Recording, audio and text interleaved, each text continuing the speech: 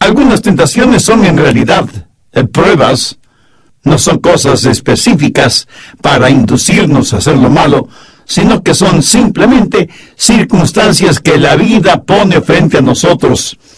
Estas circunstancias son enviadas por Dios a fin de hacernos firmes y fuertes y para que maduremos.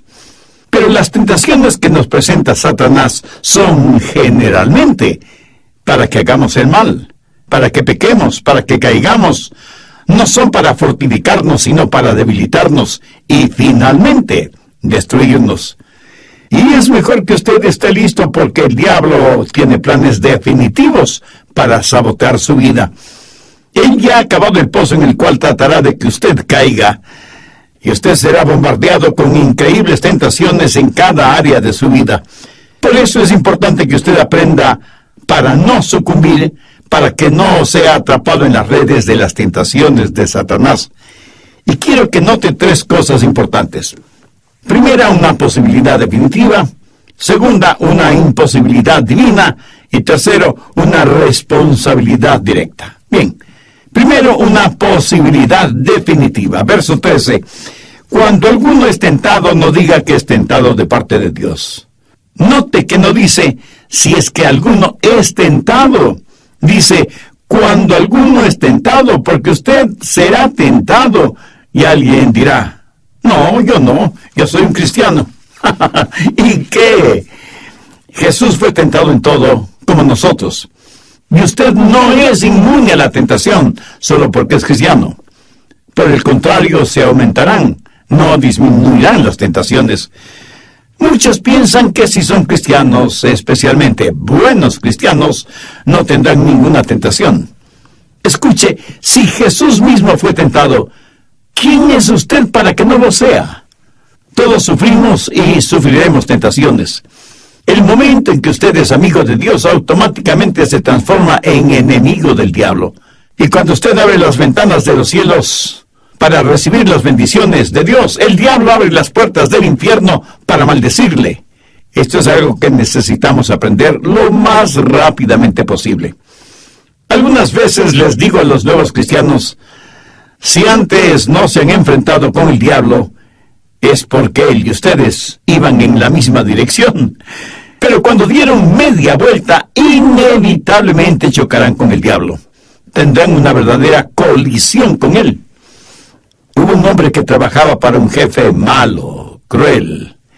El trabajador era cristiano, el jefe no lo era. Y aunque el cristiano no tenía mucha educación, le contaba a su jefe que el diablo estaba tras sus huellas y que estaba teniendo problemas con la tentación. Un día los dos se fueron de cacería y el jefe le dijo, Juan, eres bastante extraño. Dices que eres cristiano y sin embargo siempre estás hablando de que luchas con la tentación y de que el diablo te persigue. Yo no soy un cristiano ni pretendo serlo. Y sin embargo el diablo nunca me molesta. ¿Cómo puedes explicar esto?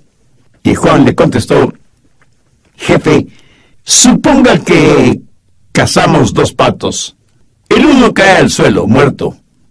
El otro cae en el agua, y aunque está herido, está vivo. ¿Tras cuál pato iría usted? Pues iría tras el pato que está vivo. Correcto. Ahora, con todo respeto, le digo, jefe, que el diablo sabe que usted es como un pato muerto. Mi amigo, eso es verdad. El diablo no tiene que preocuparse por algunos de ustedes, porque son como el pato muerto. Si el diablo está tras usted, es porque ve que en usted hay vida. Y no es difícil hacer la aplicación espiritual, ¿verdad? Habrá tentaciones. Todas las personas en todo el mundo tienen tentaciones, sean personas salvadas o perdidas. Pero si usted es un hijo o una hija de Dios, aunque la tentación sea fuerte, más fuerte será el poder que Dios le dará para vencer la tentación y para que salga victorioso. Ah, pero un momento, no se enorgullezca. Nunca piense que llegará un momento cuando ya no será tentado. Esa manera de pensar es ridícula. La Biblia dice, así que el que piense estar firme, mire que no caiga. El hombre orgulloso tienta al diablo para que le tiente. Así que hay una definitiva posibilidad de ser tentado. Segundo, una imposibilidad divina. Cuando alguno es tentado, no diga que es tentado de parte de Dios, porque Dios no puede ser tentado por el mal, ni Él tienta a nadie. Dios no tienta a nadie para que haga el mal, porque Él mismo no puede ser tentado por el mal. Por lo tanto, es absolutamente imposible para Dios el tentar a nadie. Por naturaleza, el hombre quiere culpar a Dios por su pecado, pero mucho de lo que llamamos disculpas o excusas por nuestro pecado es realmente nuestro deseo de culpar a Dios por nuestro fracaso. Ahora, de lo que yo sé, nadie abiertamente ha dicho, Dios me hizo pecar. Pero aunque no lo decimos verbalmente, lo pensamos, y hemos aprendido a disfrazar eso diciendo que Dios nos ha tentado con esto o con aquello.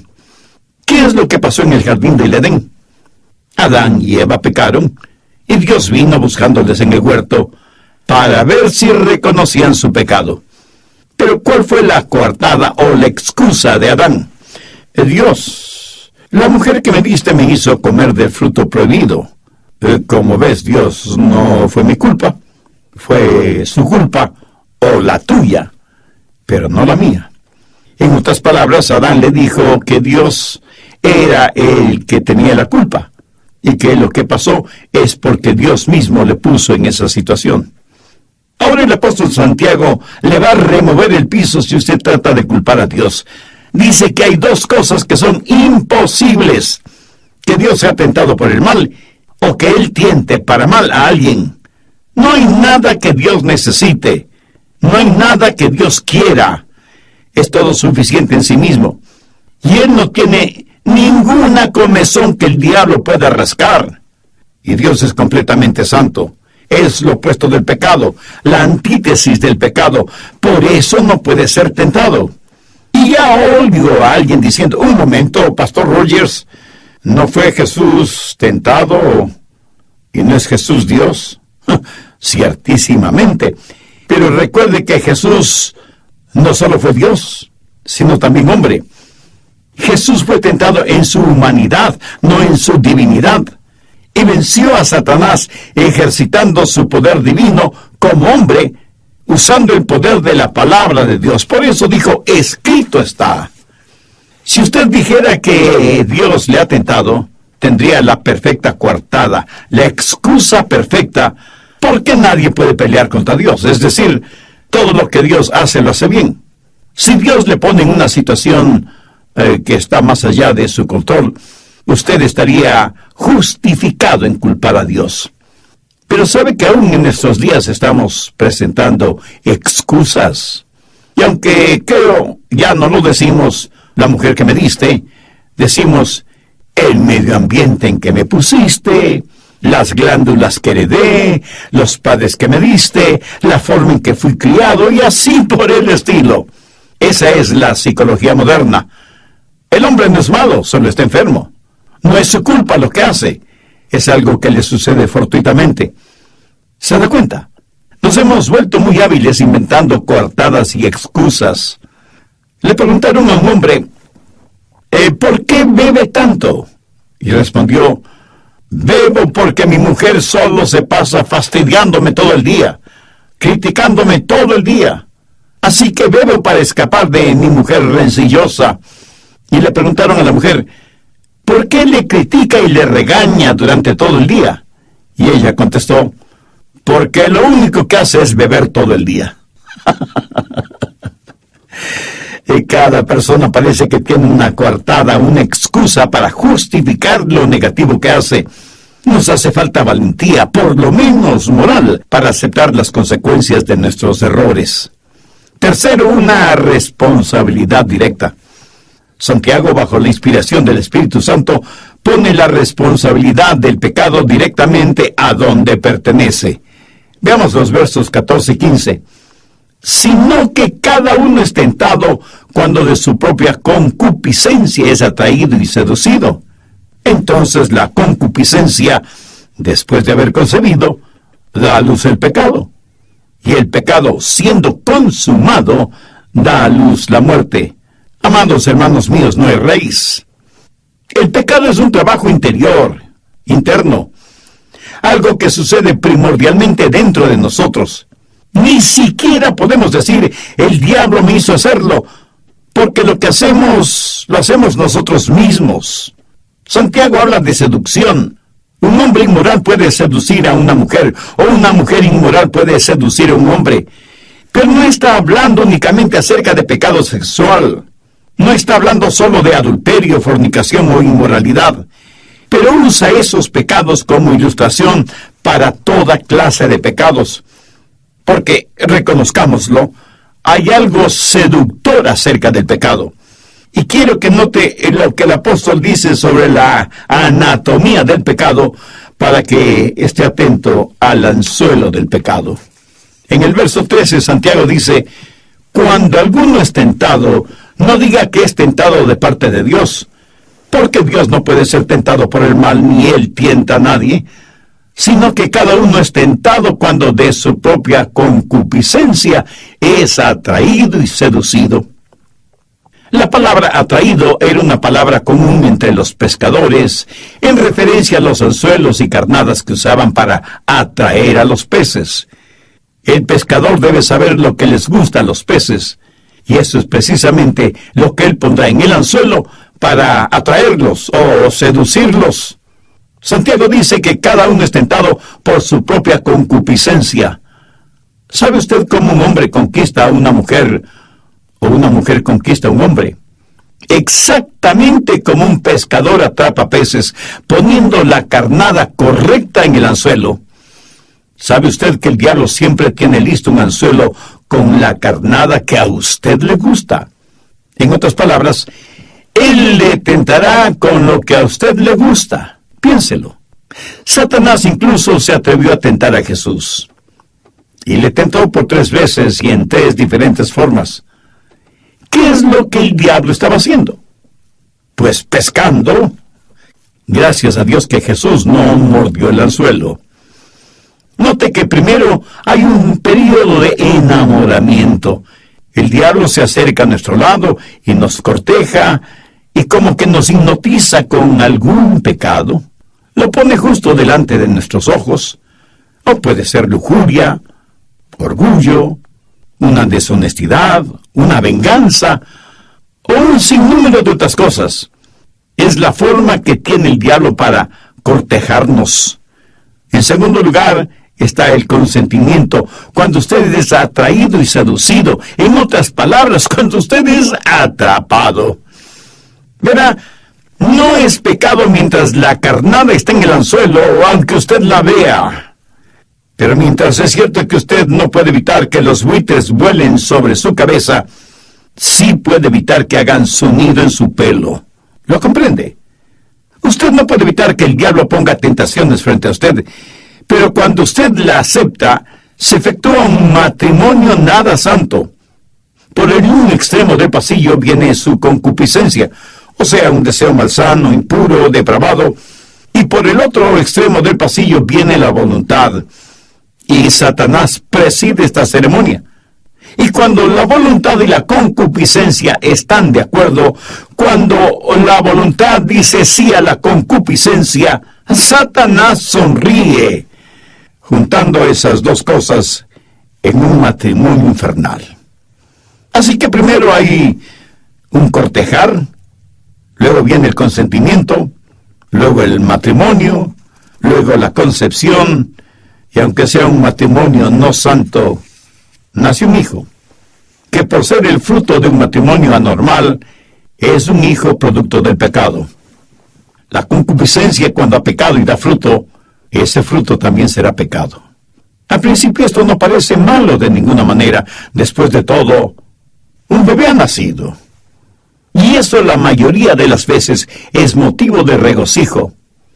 ¿Sabe que muchas personas se enorgullecen de su pecado? ¿Sabe cuál es el error que muchos predicadores cometen?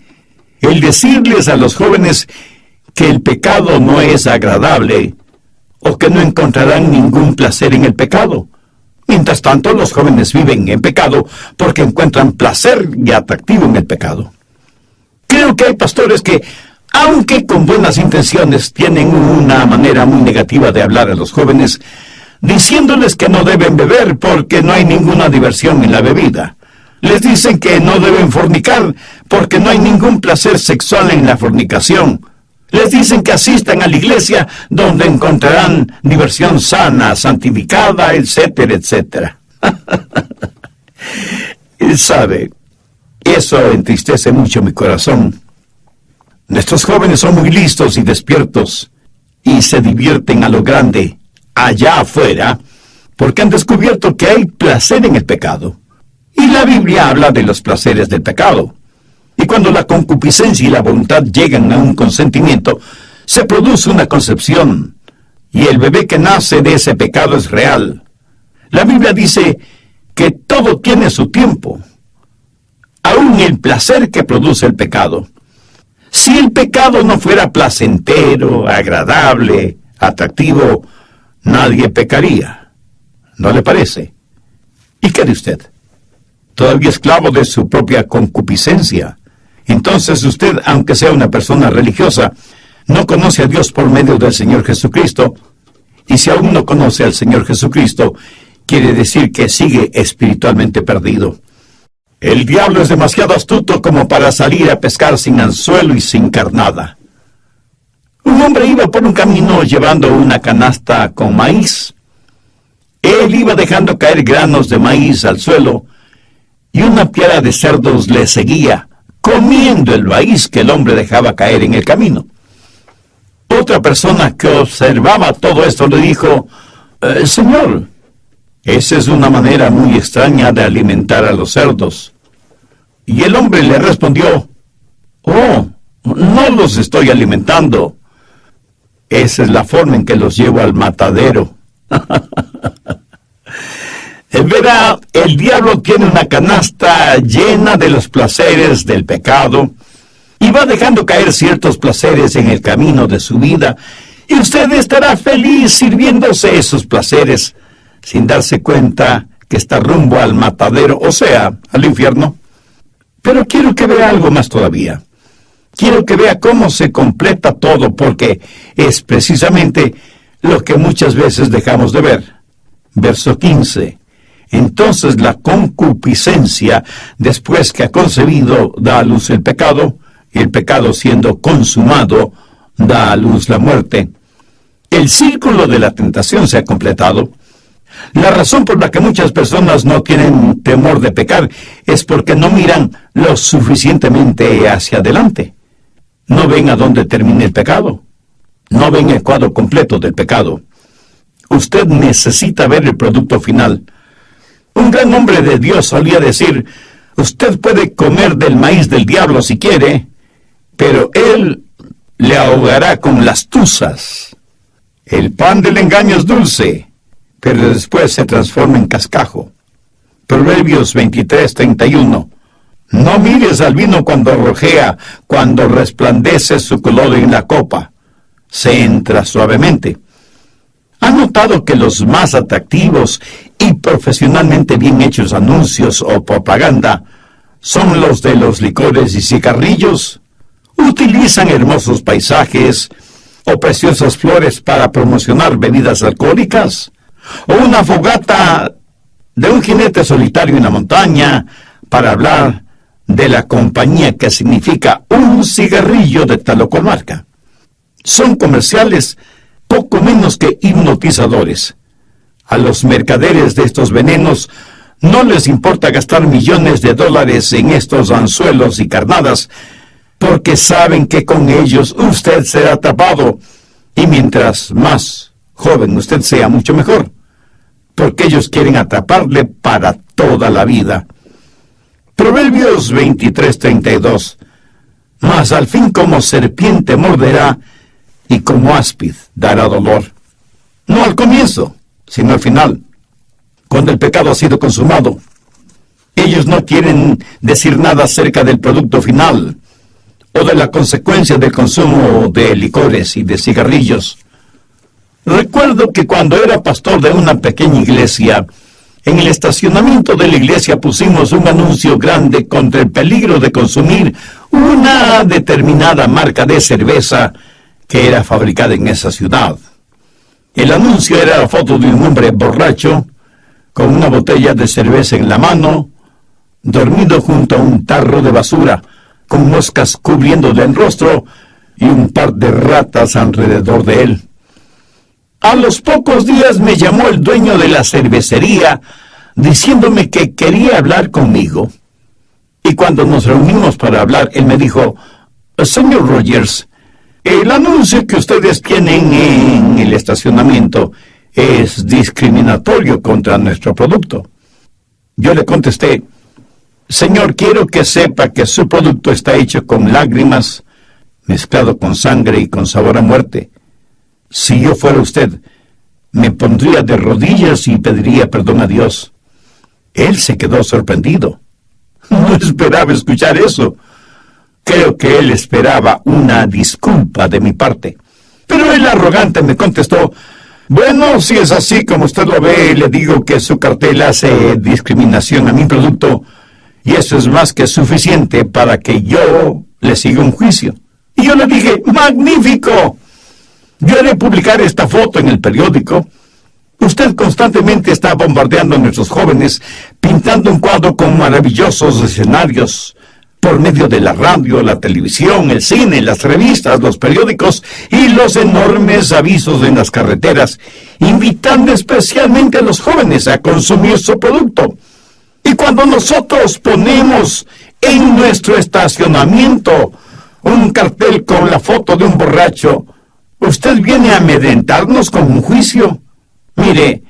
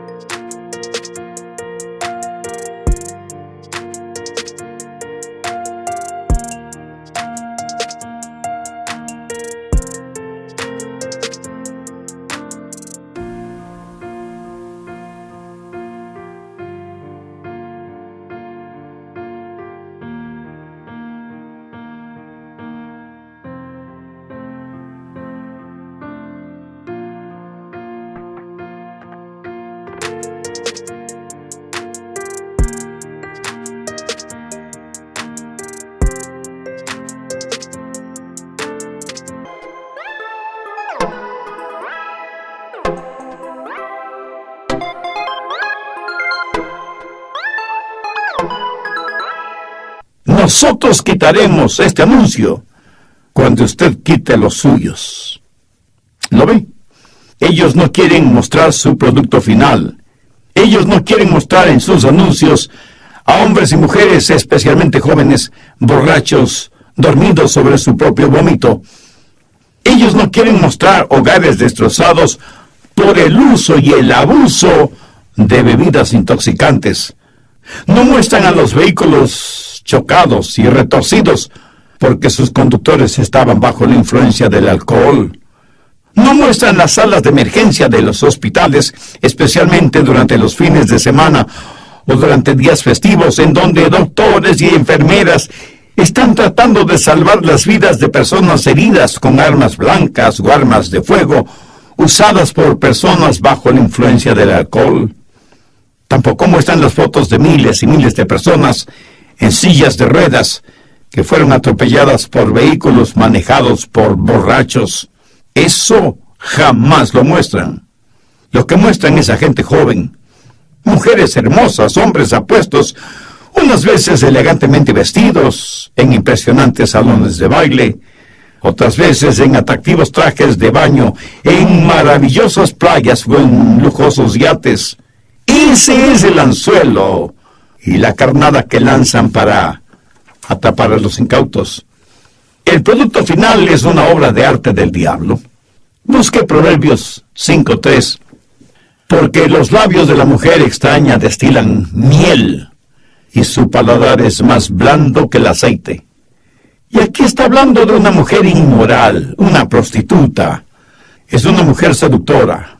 Es una obra maestra del diablo. Los labios de esta mujer son dulces como la miel. Saben decir suaves y seductoras palabras. Saben las respuestas filosóficas a por qué lo hace y que no es malo ni pecaminoso. Además, si todo el mundo lo hace, debe ser bueno, ¿verdad? ¿Cómo se puede rechazar algo así? Pero quiero que vea aquí el producto final, el trabajo de arte del diablo. Proverbios 5, versos 4 y 5. Mas su fin es amargo como el ajenjo, agudo como la espada de dos filos. Sus pies descienden a la muerte, sus pasos conducen al Seol. Seguramente hay muchos religiosos materialistas que me están escuchando ahora mismo y que no están pensando en emborracharse ni cometer ninguna inmoralidad, por lo cual se sienten muy orgullosos. Bueno, busque Jeremías 17:11. Recuerde que estamos hablando del producto final. Y aquí Jeremías habla del materialismo. Como la perdiz que cubre lo que no puso, es el que injustamente amontona riquezas. En la mitad de sus días las dejará, y en su postrimería será insensato. Cuando un hombre se enriquece injustamente, y parece que se goza de esa riqueza, la Biblia dice que morirá en la mitad de sus días, y tendrá que dejarlo todo. Y en este caso es un hombre insensato. Y algunos dirán, bueno, pastor, yo no robo, soy un buen hombre de negocios. Escúcheme, usted puede ser un sagaz hombre de negocios que no hace nada fuera de la ley, pero lo que hace es inmoral. Se aprovecha de las demás personas. Pero algunos no hacen eso, sino que son adictos al trabajo porque alguna vez escucharon que deben ganar todo el dinero que puedan, tanto y en cuanto lo hagan honestamente. Mi amigo, ese es un pésimo consejo. Nadie tiene el derecho de ganar todo el dinero que pueda, porque si está ocupado en ganar todo el dinero que pueda, no tendrá tiempo para nada más, no tendrá tiempo para orar, ni para ir a la iglesia, ni para testificar, ni para interesarse en la vida de su cónyuge o de sus hijos. Ha hecho del dinero su Dios. Y aunque no hay nada de malo en el dinero en sí mismo, es terrible cuando descubrimos que en vez de tener nosotros dinero, es el dinero el que nos tiene a nosotros. Mi amigo, si usted es un materialista, es mejor que vea el producto final. Es mejor que vea no solo el anzuelo, sino la carnada que está en el anzuelo. Todo lo que usted tiene lo dejará en la mitad de sus días, y en postrimería usted habrá sido un insensato. La Biblia nos lo dice una y otra vez. Hay camino que al hombre le parece derecho, pero su fin es camino de muerte. No mire las cosas por lo que son. Mire cuál es el fin de esas cosas. Hay una definitiva posibilidad de que usted sea tentado. Hay una definitiva imposibilidad. Dios no tienta a nadie. Y hay una directa responsabilidad cuando cada hombre, por su propia concupiscencia, es atraído y seducido. Entonces la concupiscencia, después que ha concebido, da a luz el pecado, y el pecado siendo consumado, da a luz la muerte. ¿Y cuál es la respuesta para todo esto? La respuesta, por supuesto, es Jesucristo. Solo por medio del Señor Jesucristo usted puede vivir como debe vivir. ¿Por qué? Verá, un hombre cae en tentación. Una mujer cae en tentación porque están tratando de satisfacer algo dentro de ellos. Pero recuerde que Dios nos hizo, y nos hizo de tal manera que no podamos tener nunca verdadera satisfacción, a menos que tengamos a Jesucristo. Dios hizo a los peces para que nadaran en lagos, ríos y mares. Dios hizo a los pájaros para que volaran libremente en el aire. Y Dios le hizo a usted para que usted le conozca, para que le ame y para que le sirva. Y Dios hizo algo por usted que no lo hizo para nadie más.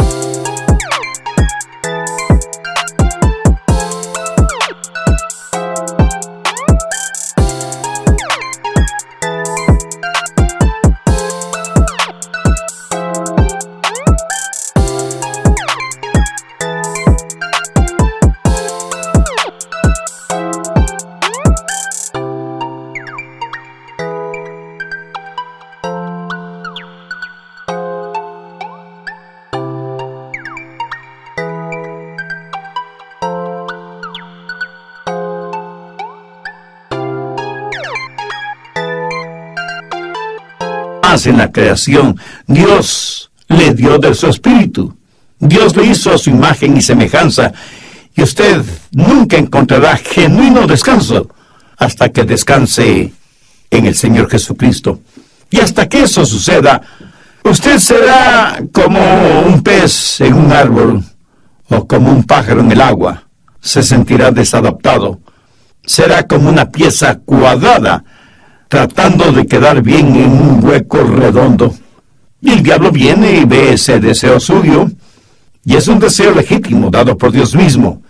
Y él tratará de que usted satisfaga ese legítimo deseo en una forma ilegítima, y eso es pecado. Pero en Jesús y por intermedio de él, sus deseos serán satisfechos legítimamente. Por lo tanto, la manera de vencer la tentación es recibiendo a Cristo como Salvador, amándole, sirviéndole. Alrededor nuestro tratamos de encontrar lo que el corazón anhela, sin que haya sido contaminado por el pecado. He descubierto el secreto de dónde encontrarlo. Solo en Jesús hay verdadera satisfacción. Jesús es todo lo que el mundo necesita. Caminamos a ciegas porque el pecado nos ha enceguecido. Debemos abrir las negras cortinas de la noche y mirar a Jesús para que la luz resplandezca. Pero Jesús no solo es la respuesta para la tentación porque nos satisface, sino que además nos fortalece. El Cristo que vive en usted le dará el poder para vencer al enemigo, el diablo, y el Espíritu Santo le prevendrá sobre anzuelos y carnadas. Y el Espíritu Santo le dirá, mira, tú no necesitas eso. Cuando usted se salva, Dios le hace una nueva criatura. San Agustín, ese gran cristiano de épocas pasadas, en su juventud fue un joven disoluto, inmoral. Desperdiciaba su vida con prostitutas y con personas de vidas degeneradas. Pero un día tuvo un encuentro con Jesús y fue salvo y nació de nuevo. Seguía siendo joven con todo el fuego y la pasión de su juventud, pero ahora era salvo. Jesús había tomado residencia en su corazón. En su tiempo sencillamente le llamaban Agustín. Siendo ya salvo, un día Agustín caminaba por una calle cuando una de sus ex amigas prostitutas le vio y le llamó a viva voz. Él pretendió no haberle escuchado y comenzó a caminar en dirección opuesta a la que ella llevaba. Ella volvió a insistir llamándole, ¡Hey, Agustín, soy yo! Y él, sin detenerse, le contestó, lo sé, pero yo ya no soy yo. Y eso es lo que Jesús hace en usted. Pablo dijo, no vivo ya yo, sino que Cristo vive en mí. Jesús no solo es la fuente de su satisfacción y la fuente de su fortaleza, sino que además un día le llevará al cielo para que usted esté con Él para siempre. Yo anhelo que usted conozca a Jesús. La única forma digna de vivir es viviendo la vida cristiana. Yo oro porque usted se salve. La Biblia dice, cree en el Señor Jesucristo y será salvo. Pero este creer no significa un creer intelectual o emocional. Recuerde que el diablo también cree en Dios, y sin embargo sigue siendo diablo. Este creer en Jesucristo significa tener total y absoluta confianza en Él. ¿Está usted listo para confiar en Jesús? ¿Puede usted en su corazón decir con la sencillez de un niño, Señor Jesús, necesito que me salves, y este mismo momento deposito toda mi fe en ti? Ore esa sencilla oración y le aseguro, basado en las promesas de la palabra de Dios, que Jesucristo le salvará, porque sigue siendo verdad la promesa. Cree en el Señor Jesucristo y será salvo. Y el mismo Dios que me salvó a mí cuando no era más que un jovencito, es el mismo Dios que le salvará a usted, si usted confía en Él y por fe le recibe en su corazón como su